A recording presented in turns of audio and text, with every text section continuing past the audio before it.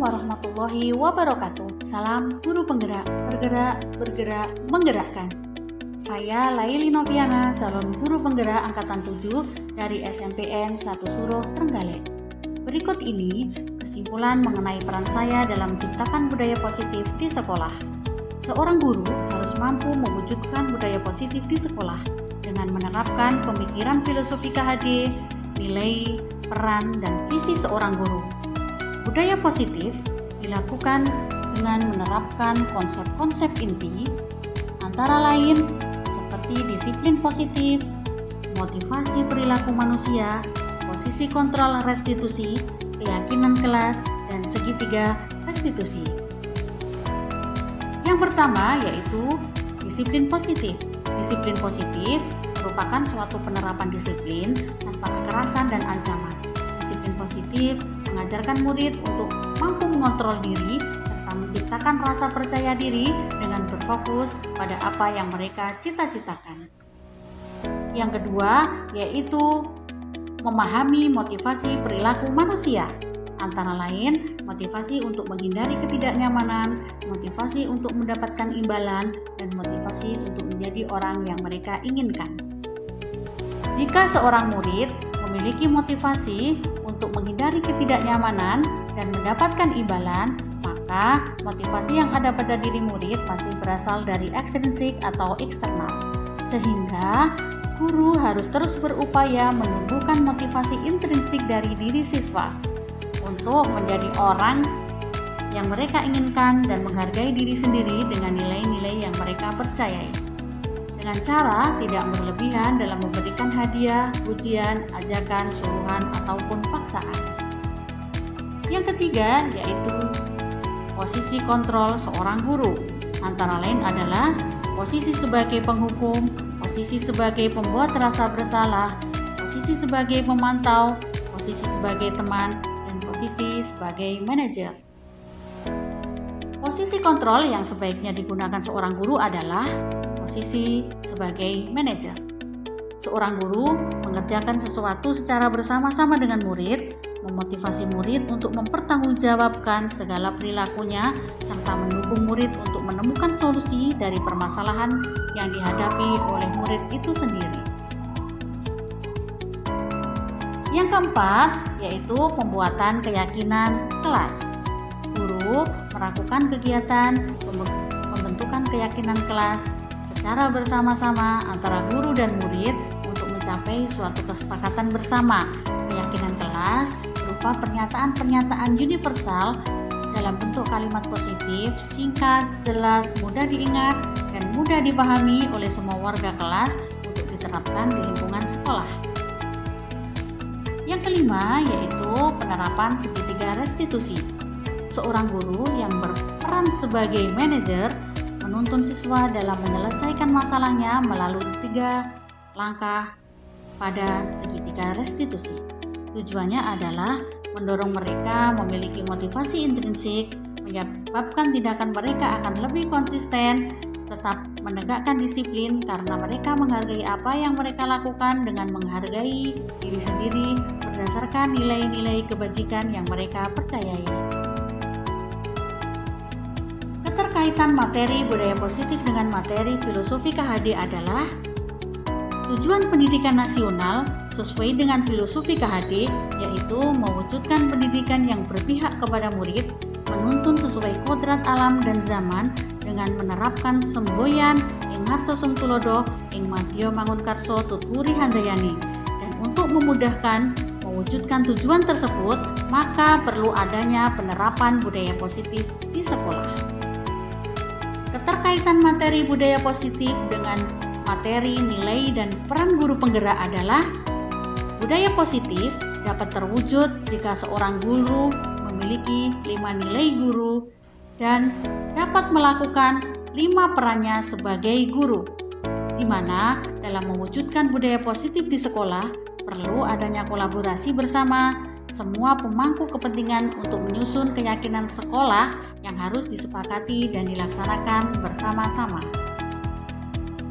Keterkaitan materi budaya positif dengan materi visi seorang guru penggerak yaitu salah Salah satu perubahan sesuai dengan visi guru penggerak adalah terbentuknya budaya positif yang mampu menciptakan ekosistem pembelajaran yang aman, nyaman, dan berpihak pada murid dengan menciptakan prakarsa perubahan diri yang didasarkan pada filosofi KHD dan profil pelajar Pancasila melalui pendekatan inquiry apresiatif dan tahapan Bagja.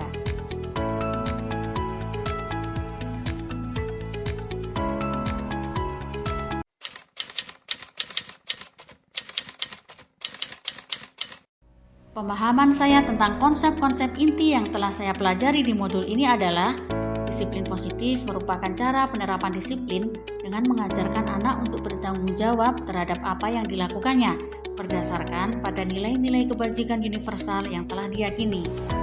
Dalam menciptakan disiplin positif, perlu adanya menumbuhkan motivasi intrinsik. Dengan memahami 3 motivasi perilaku manusia, dapat diketahui motivasi murid pada dirinya berasal dari motivasi intrinsik atau ekstrinsik.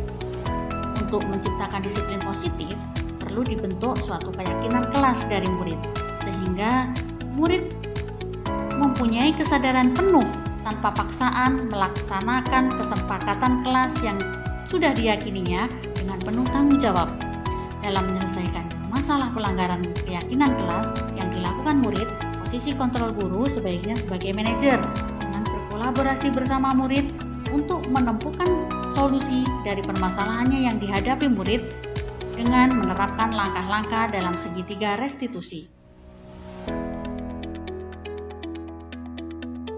Hal-hal yang menarik di luar dugaan untuk saya adalah tentang sebuah penghargaan. Bahwasanya sebuah penghargaan ternyata dapat menimbulkan dampak kurang baik bagi murid.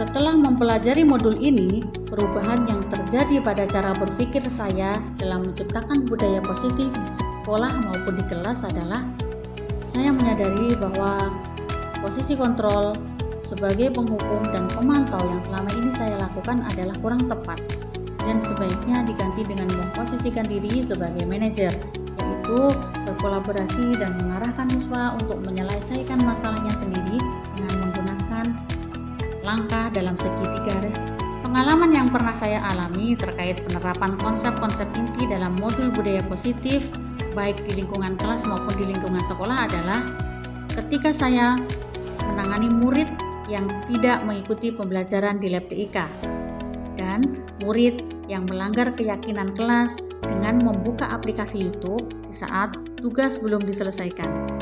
Dalam penyelesaian kasus tersebut, saya menggunakan langkah-langkah dalam segitiga restitusi, yaitu menstabilkan identitas, validasi tindakan yang salah, dan menanyakan keyakinan.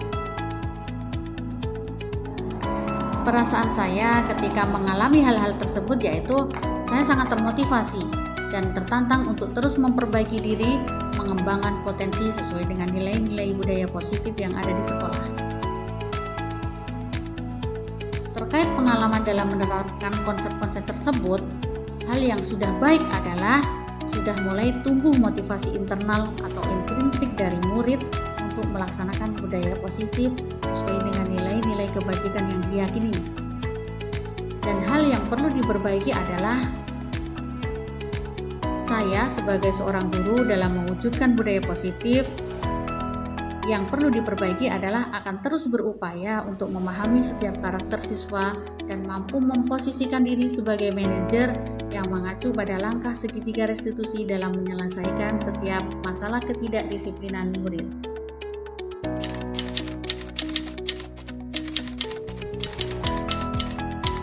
Sebelum mempelajari modul ini, ketika berinteraksi dengan murid, posisi yang paling sering saya pakai adalah sebagai penghukum dan pemantau.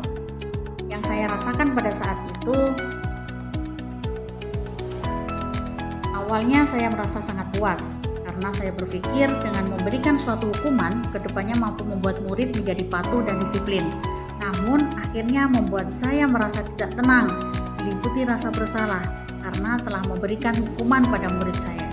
Setelah mempelajari modul ini, ketika saya berinteraksi dengan murid, Saya terus berupaya untuk memposisikan diri sebagai manajer, dan saya merasa lebih tenang, tidak lagi diliputi rasa menyesal dan bersalah, dan saya mulai menyadari bahwasanya menumbuhkan kesadaran dan tanggung jawab dalam diri murid jauh lebih penting daripada memberikan hukuman yang akan bersifat sementara untuk menumbuhkan disiplin murid. Sebelum mempelajari modul ini, saya pernah menerapkan segitiga restitusi ketika menghadapi permasalahan murid. Namun, hanya menggunakan 2 tahapan saja. Tahapan yang saya praktekkan adalah tahapan menstabilkan identitas dengan memberikan pernyataan, tidak ada manusia yang sempurna. Manusia memang tempatnya salah, namun jangan sampai kita melakukan kesalahan yang sama.